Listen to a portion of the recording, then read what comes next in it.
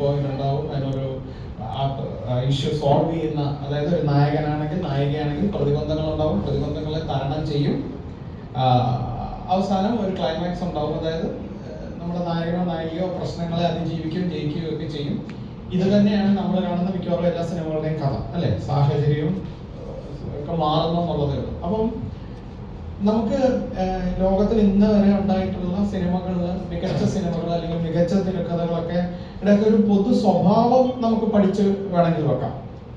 നമ്മൾ സിനിമ ചെയ്യുന്ന സമയത്ത്, നമ്മൾ കഥ ഉണ്ടാക്കുന്ന സമയത്ത് ഇതിനെക്കുറിച്ചൊക്കെ വേണമെങ്കിൽ നമുക്ക് ആലോചിച്ച് നോക്കാം. അപ്പോഴും ഈ ഉണ്ടാക്കി വെച്ചിരിക്കുന്നതൊക്കെയാണോ പെർഫെക്റ്റ് എന്ന് ചോദിച്ചാൽ നമുക്ക് ഇതേപോലെ ഇരുന്ന് തർക്കിക്കാം. ഇപ്പം കൂടുതൽ പേരും കണ്ടിട്ടുള്ള സിനിമ ആയിരിക്കുമല്ലോ കിരീടം, മോഹൻലാലിന്റെ, അല്ലെ? അതെങ്ങനെയാ തുടങ്ങുന്നതെന്ന് ഓർമ്മയുണ്ടോ ആർക്കെങ്കിലും? ഫസ്റ്റ് ഷോട്ട് ഓഫ് കിരീടം എന്താണ്? പോലീസ് ഉദ്യോഗസ്ഥനായിട്ട് സ്വപ്നം കാണുന്ന ഒരു സീനാണ്. അതെ അതെ. അപ്പൊ അത് എന്തിനാ അങ്ങനെ തുടങ്ങുന്നതെന്ന് ചോദിച്ചാൽ, അല്ലെ, അതല്ലാതെ തുടങ്ങാലോ. പോലീസ് ഉദ്യോഗസ്ഥനാവാൻ അതിന്റെ അച്ഛനാണ് അതൊരു സ്വപ്നമായി തന്നെ സിനിമയിലും നിലനിൽക്കുക, യാഥാർത്ഥ്യമാകാതെ. വേറെ ഒരുപാട് രീതിയിൽ ആ സിനിമ തുടങ്ങരുത്. ആ സീൻ എടുത്ത് മാറ്റിയിട്ട് അടുത്ത സീൻ തൊട്ട് കണ്ടാലും കിരീടം ഓക്കെ. കുമ്പളങ്ങി നൈറ്റ്സ് എല്ലാവരും തന്നെ കണ്ടിട്ടുള്ളതായിരിക്കും. അതെങ്ങനെയാ തുടങ്ങുന്നത് ആർക്കെങ്കിലും ഓർമ്മയുണ്ടോ? അതെ, എങ്ങനെയാ തുടങ്ങുന്നത് ഓർമ്മയുണ്ടോ?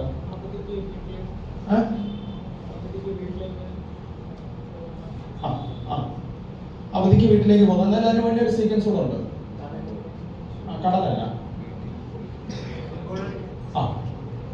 ഫുട്ബോൾ കളിയിലാ സിനിമ തുടങ്ങുന്നത്. ആ സിനിമയും ഫുട്ബോളുമായിട്ട് എന്തെങ്കിലും ബന്ധമുണ്ടോ? ഒരു ബന്ധമില്ല. ആ ഫുട്ബോൾ കളി നടക്കുന്നത് തന്നെ ഒരു ഹിൽ ഏരിയയിലാണ്. സിനിമ നടക്കുന്നത് കുമ്പളങ്ങി ആയിട്ടുള്ള കൊച്ചിയിലുള്ള. അപ്പൊ എന്തിനാണ് ഇത് ഹിൽ ഏരിയയിൽ പോകുന്നത്? അല്ലെങ്കിൽ എന്തിനാണ് ഫുട്ബോൾ ആ സിനിമയ്ക്കകത്ത് വെക്കുന്നത്? ഇതൊക്കെ നമുക്ക് തർക്കിക്കാൻ കേട്ടോ. അതായത് നിങ്ങൾക്ക് ഇതിൻ്റെ അകത്തുനിന്ന് വിഭിന്ന അഭിപ്രായം ഉണ്ടാവും. നമ്മൾ സക്സസ് ആയിട്ടുള്ള ചില ഫോർമുലകളെ പറ്റി സംസാരിക്കുന്നതേ ഉള്ളൂ. പേഴ്സണലി ഈ പറഞ്ഞ സിനിമകളൊക്കെ എനിക്ക് വളരെ ഇഷ്ടപ്പെട്ടതായതുകൊണ്ട് ഞാൻ അതിനെ കോട്ട് ചെയ്യുന്നതേ ഉള്ളൂ. ഈ സിനിമകളൊക്കെ ഇവിടെ എല്ലാവരും സ്വീകരിച്ചതുമാണ്, അംഗീകാരങ്ങൾ കിട്ടിയ സിനിമയാണ്. അപ്പൊ എന്തിനാണ് ഫുട്ബോൾ അവിടെ കൊണ്ട് വെക്കുന്നത്? ശ്യാം പുഷ്കരൻ എന്ന് പറഞ്ഞ ഒരാളാണ് എഴുതിയിരിക്കുന്നത്. അയാൾക്ക് വേറെ ഏതെല്ലാം തരത്തിൽ തുടങ്ങാം, കുമ്പളങ്ങിൽ നിന്ന് തുടങ്ങാം, എറണാകുളത്ത് നിന്ന് തുടങ്ങാം. ഇതൊന്നും ചെയ്യാതെ എന്തിനാ അങ്ങോട്ട് പോകുന്നത് വെച്ചാൽ അവിടെ എന്താ സംഭവിക്കുന്നത്? ഫുട്ബോൾ ഇവന്റില് എന്താ സംഭവിക്കുന്നത്?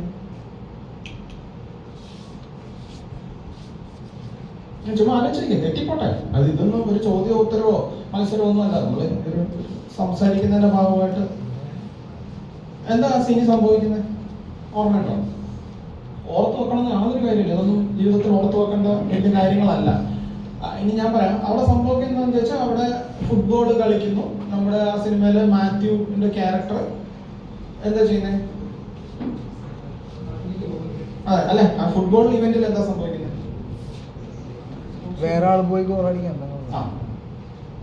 വേറെ ആള് ഗോൾ അടിക്കുന്നു. മാത്യുവിന്റെ പാസിലാണ് ഗോൾ ആവുന്നത്. അപ്പൊ ഇത്ര കാര്യമായിട്ട് സിനിമ കാണുന്നത് കൊള്ളാം കേട്ടോ. അല്ല, ഇങ്ങനെ ഓർത്ത് വെക്കുക എന്നുള്ളത് ഒരു വലിയ കാര്യമാണ്. അത് വേറെ ആർക്കും അറിയത്തില്ല. അറിഞ്ഞതിന് നമ്മൾ ഭയങ്കരമായിട്ട് പ്രൈസ് ചെയ്യുന്നതല്ല, പക്ഷെ ആ ഒരു ഇൻഫർമേഷൻ ആ സിനിമയെ സംബന്ധിച്ച്, തിരക്കഥയെ സംബന്ധിച്ച്, ഫിലിം മേക്കിങ്ങിനെ സംബന്ധിച്ച് വളരെ ഇമ്പോർട്ടൻ്റ് ആണ്. മാത്യു ഗോൾ അടിക്കുന്നില്ല, മാത്യുവിന്റെ ഒരു പാസ്സാണ് അത് ഗോളാകുന്നത്. അങ്ങനെ സിനിമ എന്തിനാണ് തുടങ്ങുന്നത്?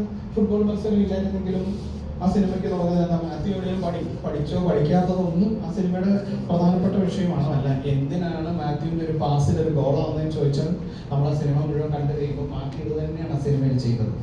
ഡയറക്റ്റായിട്ട് അവൻ ഗോളുകൾ അച്ചീവ് ചെയ്യുന്നില്ല, പക്ഷെ ആ സിനിമയിലെ ആ വീട്ടിലേക്ക്, ആ വീട് നന്നാവുന്നത്, അവരുടെ എല്ലാ ലൈഫ് മാറ്റുന്നതിൽ ഏറ്റവും പ്രധാനപ്പെട്ട ആളെന്ന് പറയുന്നത് മാത്യു. അപ്പൊ മാത്യു പഠിക്കുന്നുണ്ട്. അവരെല്ലാം അവരുടേതായിട്ടുള്ള ഗ്രാമത്തിൽ മാത്രം ഒതുങ്ങി ജീവിക്കുന്നതാണ്. അപ്പം ഇങ്ങനെ എന്തിനാണ് ശ്യാം അങ്ങനെ പോയിട്ട് അവിടെ ആ സീൻ തുടങ്ങുന്നതെന്ന് ചോദിച്ചാൽ, അത് വലിയൊരു ആലോചന അതിന്റെ പിന്നിലുണ്ട്. സിനിമ വളരെ നന്നാക്കാനുള്ള, സിനിമ എല്ലാ കാലത്തും ഇപ്പൊ നമ്മൾ ഇവിടെ ഇരുന്ന് ആ സിനിമയെ കുറിച്ച് പറയുന്നത് എന്താ? അതിന് എന്തോക്കെ ഒരു ക്വാളിറ്റി ഉള്ളതുകൊണ്ടാണ് നമ്മൾ ആ സിനിമയുടെ പേര് പരാമർശിച്ചത്. നമ്മൾ കിരീടം പരാമർശിച്ചതും അതുകൊണ്ട് തന്നെ. മഹേഷിന്റെ പ്രതികാരം എടുത്താൽ അതും ശ്യാമിന്റെ തന്നെ സിനിമയാണ്. തുടങ്ങുന്നത് എങ്ങനെയാണ്? ചെരുപ്പ് അല്ലെ? അപ്പൊ അങ്ങനെ തുടങ്ങിയില്ലെങ്കിലും ആ സിനിമയ്ക്ക് നമ്മളിപ്പോ ആ സിനിമ കാണുമ്പോഴോ സിനിമ കണ്ടതിന് ശേഷം നമ്മളിങ്ങനെ അനലൈസ് ചെയ്യുമ്പോഴാണ് ഇതൊക്കെ ആലോചിക്കുന്നത്. ചെരുപ്പ് കഴുകിയല്ലോ എന്ന് നമുക്ക് പിന്നീട് ആലോചിക്കാം. അപ്പം ഇത്തരം ചില ടെക്നിക്കുകൾ എന്നാൽ ആ സിനിമയായിട്ട് ഭയങ്കരമായിട്ട് അതിന്റെ ഹൃദയമാണ് അല്ലെ. മഹേഷിന്റെ പ്രതികാരത്തിന്റെ ഏറ്റവും ഇമ്പോർട്ടൻറ്റ് ഫാക്ടറാണ് ആ ചെരുപ്പ് എന്ന് പറയുന്നത്. അത് കഴുകി വൃത്തിയാക്കുന്ന ഫഹദ് ഫാസിലിൽ നിന്ന് ആ സിനിമ തുടങ്ങി. ആ സിനിമ ചെരുപ്പ് ഇടാനുള്ള അയാളുടെ ഇടുന്നില്ല എന്നുള്ള ഡിസിഷൻ പിന്നീട് അയാളുടെ ഫൈറ്റ് ജയിച്ചിട്ട് ഇടുന്നു ഒക്കെയാണ് ആ സിനിമയുടെ കഥ. അപ്പൊ ഇങ്ങനെ ഇത് ഇനി വളരെ എന്താ പറയാ, നമ്മൾ വളരെ ആർട്ടിഫിഷ്യലായിട്ട് ചെയ്യാൻ പോയാൽ ഇത് ഭയങ്കര മോശമായിട്ട് വരും.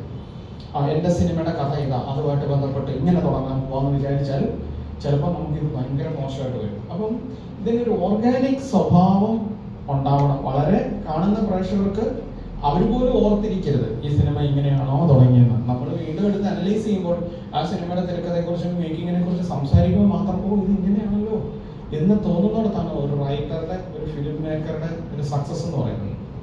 ഇപ്പൊ ഞാൻ എൻ്റെ സിനിമയുടെ മഹത്വത്തെ കുറിച്ചൊന്നും പറയുകയല്ല, എങ്കിലും ഗ്രേറ്റ് ഇന്ത്യൻ കിച്ചൺ തുടങ്ങുന്നത് എങ്ങനെയാണെന്ന് ആരെങ്കിലും കണ്ടിട്ടുണ്ടോ? ഗ്രേറ്റ് ഇന്ത്യൻ കിച്ചൺ കണ്ടിട്ട് അറിയാമെങ്കിൽ ഒന്ന് പുറത്തിട്ടുള്ള ആരെങ്കിലും ഉണ്ടോ? ഞാൻ തന്നെ പറയാം. അത് നിമിഷ ഡാൻസ് പ്രാക്ടീസ് ചെയ്ത് നടത്തുന്നതാണ് സിനിമ തുടങ്ങുന്നത്. സിനിമ അവസാനിക്കുന്നതും നിമിഷ ഡാൻസ് പഠിപ്പിക്കുന്ന നടത്തുന്നത്. അപ്പൊ അത് ഓർഗാനിക് ആണോ അല്ല എന്നുള്ളത് വിടുക. ഇതൊക്കെ സത്യസന്ധമായി വളരെ ഓർഗാനിക് ആയിട്ട് സംഭവിച്ചത്. നമ്മളൊരു എഴുത്തിന്റെ ഒരു പ്രോസസ്സിൽ നമ്മളിരുന്ന് ആലോചിക്കും എങ്ങനെ എൻ്റെ സിനിമ തുടങ്ങാൻ പറ്റും. അങ്ങനെ ഒരു ഭയങ്കരമായിട്ടുള്ള സിനിമയുടെ ഒരു ഫസ്റ്റ് ഷോട്ട് എന്ന് പറയുന്നത് നമ്മൾ ഈ പറഞ്ഞ സിനിമകൾ, ഇനിയും ഒരുപാട് സിനിമകളുണ്ട്. നിങ്ങൾക്ക് ഏറ്റവും ഇഷ്ടപ്പെട്ട സിനിമകളിൽ പലതിനും ഇതേ സ്വഭാവം ഉണ്ടാവും. എല്ലാത്തിനും ഉണ്ടായെന്ന് വരില്ല. നിങ്ങൾ ഏറെ ഇഷ്ടപ്പെടുന്ന സിനിമകൾക്കെല്ലാം ഈ ഒരു സ്വഭാവം ഉണ്ടാവും. നിങ്ങൾ റീവാച്ച് ചെയ്താൽ മതി, വീണ്ടും പോയി കണ്ടു നോക്കിയാൽ മനസ്സിലാവും. അപ്പൊ നമുക്ക് ഈ പറഞ്ഞ നമ്മുടെ ഉള്ളിലുള്ള സിനിമയോടുള്ള ഇഷ്ടം, അത് ആ ഒരു ഇഷ്ടം മാത്രമായിട്ടാണോ നിൽക്കുന്നത്, എനിക്ക് ഏറെ ആസ്വദിച്ച് ചെയ്യാൻ പറ്റുന്ന ഒരു തൊഴിലായിട്ട് അത് മാറ്റാൻ പറ്റുമോ, ആ തൊഴിലിൽ നിന്ന് കിട്ടുന്ന പണം കൊണ്ട് നമുക്ക് ജീവിക്കാൻ പറ്റുമോ എന്നുള്ളതാണല്ലോ കൂടുതൽ പേരുടെ അന്വേഷണം അല്ലേ.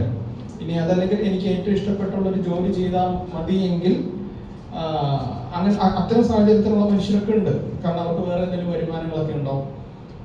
പക്ഷെ സിനിമ എന്ന് പറയുന്നത് നമ്മുടെ ഉപജീവന മാർഗമാവണമെങ്കിൽ, നമ്മുടെ പാഷൻ ആവണമെങ്കിൽ, നമ്മുടെ പ്രൊഫഷൻ ആവണമെങ്കിൽ നമ്മളെ തന്നെ കുറെ അനലൈസ് ചെയ്യണം. നമ്മളെ തന്നെ നമ്മൾ എല്ലാ ദിവസവും നമ്മളോട് ചോദിക്കണം, ഞാനൊരു ഫിലിം മേക്കർ ആവോ, ഞാനൊരു ആക്ടർ ആവോ? അപ്പം ഇതിന് നിങ്ങൾ തന്നെയാണ് ഉത്തരം കണ്ടെത്തേണ്ടത്. നിങ്ങൾ തന്നെ നിങ്ങൾക്ക് മാർക്കിടേണ്ട വരും. അല്ലെങ്കിൽ നിങ്ങളെ ഏറ്റവും അടുത്ത് അറിയാവുന്ന, നിങ്ങളുടെ നല്ലതും ചീത്തയും ഒക്കെ അറിയാവുന്ന, നിങ്ങളെ നന്നായി വിലയിരുത്തുന്ന, ആത്മാർത്ഥമായിട്ട് നിങ്ങളുടെ കൂടെ നിൽക്കുന്ന ഏതെങ്കിലും മനുഷ്യർക്കും നിങ്ങളെ ഗൈഡ് ചെയ്യാൻ പറ്റും. അപ്പോൾ നമ്മൾ ഇന്നത്തെ ഒരു കറന്റ് സിറ്റുവേഷനിൽ ആലോചിച്ചാൽ നമുക്കിത് എങ്ങനെ ചെക്ക് ചെയ്യാൻ പറ്റും? ഇപ്പൊ പലരോടും നമ്മൾ നമ്മുടെ അടുത്ത ചാൻസ് ഒക്കെ ചോദിക്കുമ്പോൾ ആക്ടിങ് വീഡിയോസ് അയക്കാൻ പറയുമ്പോൾ അവർ വളരെ വിഷമത്തോടെ പറയും, സാർ ഞങ്ങൾ ഒരു സിനിമയിലും അഭിനയിക്കാൻ അവസരം കിട്ടിയിട്ടില്ല, ഒരു ഷോർട്ട് ഫിലിമിൽ പോലും അഭിനയിക്കാൻ അവസരം കിട്ടിയിട്ടില്ല, ഞങ്ങൾ എന്ത് വീഡിയോ അയക്കും? അപ്പം ഇത്തരം ചോദ്യങ്ങൾക്ക് പണ്ടാണെങ്കിൽ ഒരു 10-15 വർഷങ്ങൾക്ക് മുന്നാണെങ്കിൽ വളരെ ബുദ്ധിമുട്ടുള്ള കാര്യമാണ് ഒരു ആക്ടിങ് വീഡിയോ. ഇന്നത്തെ കാലഘട്ടം നിങ്ങൾക്ക് തന്നിരിക്കുന്ന ഏറ്റവും വലിയൊരു സാധ്യതയാണ് നിങ്ങളുടെ കയ്യിലിരിക്കുന്ന മൊബൈൽ ഫോൺ എന്ന് പറയുന്നത്. നമുക്ക് ഇതിൽ ഷൂട്ട് ചെയ്യാം അല്ലെ. നിങ്ങൾക്ക് ഒരാളുടെ സൗകര്യം നിങ്ങൾക്ക് തന്നെ ഷൂട്ട് ചെയ്യാം. നമ്മുടെ മൊബൈലിന്റെ ഫ്രണ്ട് ക്യാമറ ഉപയോഗിച്ച് ഷൂട്ട് ചെയ്യാം, നിങ്ങൾക്ക് എഡിറ്റ് ചെയ്യാം, നിങ്ങൾക്ക് സൗണ്ട് ചെയ്യാം, നിങ്ങൾക്ക് മ്യൂസിക് ചെയ്യാം, എല്ലാം ചെയ്യാവുന്ന എല്ലാവരും ഇവിടെ ഇരിക്കുന്ന എല്ലാവരും സത്യം പറഞ്ഞാൽ ഫിലിം മേക്കേഴ്സാണ്. നിങ്ങൾ പോലും അറിയാതെ നിങ്ങളെല്ലാം സിനിമ എടുക്കുന്ന മനുഷ്യരാണ്. നമ്മൾ ഈ ക്യാമറ ഓണാക്കുകയും വീഡിയോ ക്യാമറ ഓണാക്കുകയും ഓഫാക്കുകയും ചെയ്യാറില്ല. മിക്ക ദിവസങ്ങളും എന്തെങ്കിലും ഷൂട്ട് ചെയ്യാറില്ലേ? ചെയ്യാത്ത മനുഷ്യർ വളരെ കുറവ്. റീല് ഷൂട്ട് ചെയ്യുകയും ഇടുകയും ചെയ്യുന്നവരൊക്കെ ഇല്ലേ? അവരെല്ലാം സിനിമക്കാർ തന്നെയാണ്. 1 മിനിറ്റുള്ള സിനിമയോ വളരെ ചെറിയ സിനിമയോ നമ്മൾ ചെയ്യുന്നതെന്നുള്ളൂ. ഈ റീലുകൾ തന്നെ നിങ്ങൾ റീല് പോസ്റ്റ് ചെയ്യുന്നവരുണ്ടെങ്കിൽ ചില റീലുകൾക്ക് ഭയങ്കരമായിട്ടുള്ള വ്യൂസ് ഉണ്ടാവാറില്ലേ? ചില റീലുകൾ അത്ര ശ്രദ്ധിക്കപ്പെടാറില്ല. എന്താണ് ഭയങ്കരമായിട്ട് ശ്രദ്ധിക്കപ്പെടുന്ന റീലുകൾക്ക് ഉണ്ടായിരുന്ന പ്രത്യേകത എന്നൊക്കെ അന്വേഷിച്ചാൽ അത് കുറെ കൂടെ മനുഷ്യർക്ക് ഇഷ്ടപ്പെടുന്ന എന്തൊക്കെയോ ഫാക്ടേഴ്സ് അതിൽ ഉണ്ടായിരുന്നത് കൊണ്ടാണ്. അപ്പൊ ഇതിനെ ഡെവലപ്പ് ചെയ്താൽ നിങ്ങൾക്ക് ആക്ടിങ് വീഡിയോ ഉണ്ടാക്കിയെടുക്കാൻ പറ്റും അല്ലേ? പ്രധാനമായിട്ട്, അതായത് നിങ്ങൾക്ക് ഞാൻ എൻ്റെ ഒരു എക്സ്പീരിയൻസിൽ അഭിനയിക്കാൻ താല്പര്യമുണ്ട്, ആഗ്രഹമുണ്ടോ എന്ന് വരുന്ന 10 പേരോട് നിങ്ങളുടെ ഒരു ആക്ടിങ് എബിലിറ്റി വ്യക്തമാക്കുന്ന, നിങ്ങൾ തന്നെ ഷൂട്ട് ചെയ്തോ അല്ലെങ്കിൽ നിങ്ങളുടെ മൊബൈൽ ഷൂട്ട് ചെയ്തതോ ആയിട്ടുള്ള ഒരു വീഡിയോ, മറ്റ് സിനിമയിലെ രംഗങ്ങളൊന്നും അല്ലാതെ നിങ്ങൾ തന്നെ ക്രിയേറ്റ് ചെയ്യുന്ന ഒരു ക്യാരക്ടർ, ഒരു സിറ്റുവേഷൻ ചെയ്ത് അയക്കാൻ പറഞ്ഞാൽ 10-ൽ 2-3 പേരെ അയക്കുള്ളൂ.